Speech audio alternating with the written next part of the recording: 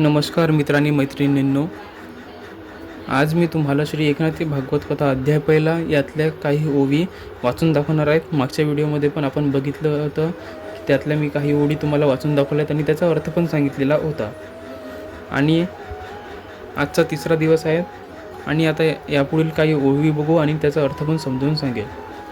जैसा साखरेचा अंगी स्वाधू की सुमना माझी मकरंदू, तैसा शिवशक्ती संबंधू अना सिद्धू अनादि सिद्धू अतर्क्य, ते अनिर्वाच्य निजगोडी चहुवाचान माझी वाडी, मनोनी वागीश्वरी रोकडी ग्रंथार्थी चोखडी चवी सारासार निवडिती जनी, त्या हंसावरी हंसावाहिनी बैसली सहजासनी, अगम्यपणी अगोचरू ते परमहंसी आरूढ, तिसी विवेक हंस जानती दृढ, जवडी असतान देखती मूढ, अभाग्य दृढ अतिमंद, तिचे निर्धारित रूप अरूपाचे विश्वरूप, ते आपुलेपणे अमुप, कथा अनुरूप बोलवी हा बोलू भला झाला, म्हणून बोलींची स्तविला, तैसा स्तुती भाव उपजला, बोली बोला गौरवी,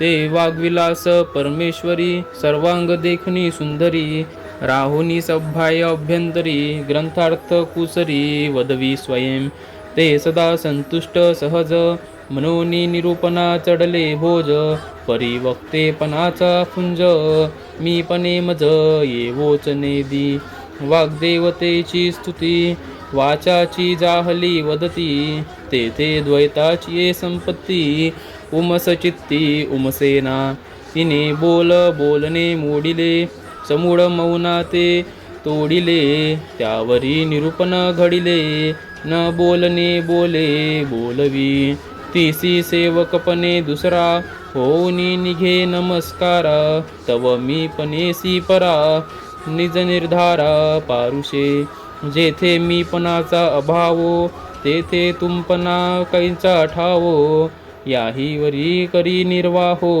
अज्ञम भावो निरूपणी, जैसा सागरावरी सागरी, चालती लहरींचिया लहरी, तैसे शब्द स्वरूपाकारी, स्वरूपावरी शोभती, जैसा साखरेचिया कणिका, गोडिये भिन्न नव्हती देखा, तैसे निरूपण ये रसाळ सुखा, ब्रह्मरसे देखा रसवृत्ती, तेथे मी पणेशी सरस्वती, बैसविले एका ताटे रसवृत्ती, तेने अभिन्न शेष देऊनी तृप्ती, ते हे उद्गार येती कथेचे, आता वंदू ते सज्जन, जे का आनंद चिद्घन, वर्षताती स्वानंद जीवन, संतप्त जन निववावया.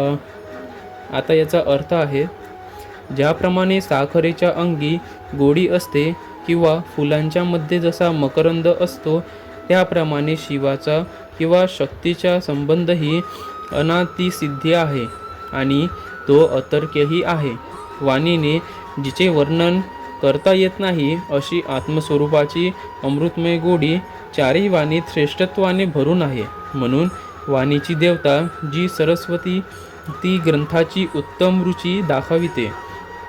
जगामध्ये सार व असार निवडणारे जे हंस आहेत, त्या हंसावर ही हंसवाणी ही देवता अतर्क्य व अगम्य असे सहजासन घालून बसलेली आहे.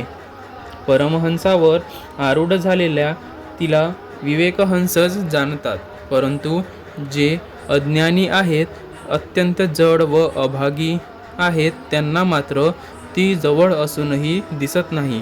तिच्या स्वरूपाचा विचार केला असता ती निराकार व विश्वाकार आहे असे जाणवते. तीच आपलेपणाने अपार कथानक बोलविते.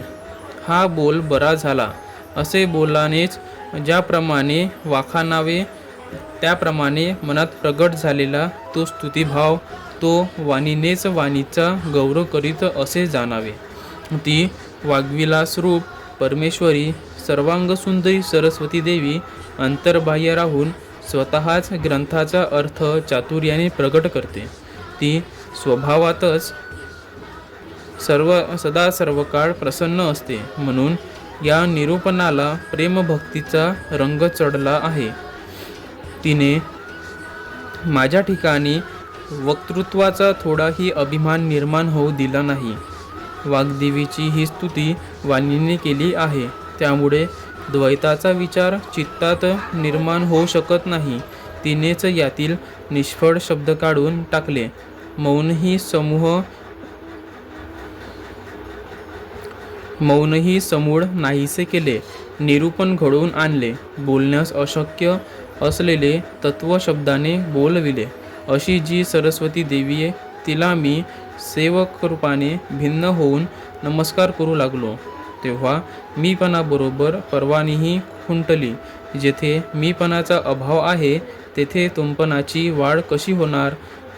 असे असले तरी त्या ग्रंथातील विचारामध्ये काही अतर्क्य प्रसाद ती भरत आहे. समुद्रात जसा लाटांवर लाटा उसळत असतात, त्याप्रमाणे येथे स्वरूपाकार शब्दांच्या लहरी आत्मस्वरूपावर शोभत आहे.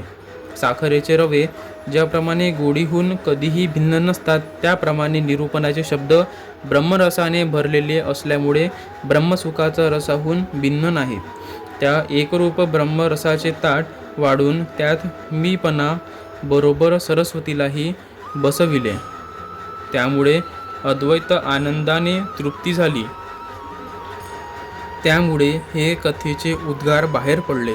आता संतप्त जनांचे दुःख दूर करण्याकरिता स्वानंद रूप जलाचा वर्षाव करणारे चिदानंदाचे जणू काही मेघच असे जे सज्जन, त्यांना प्रेमाने वंदन करूया. नमस्कार.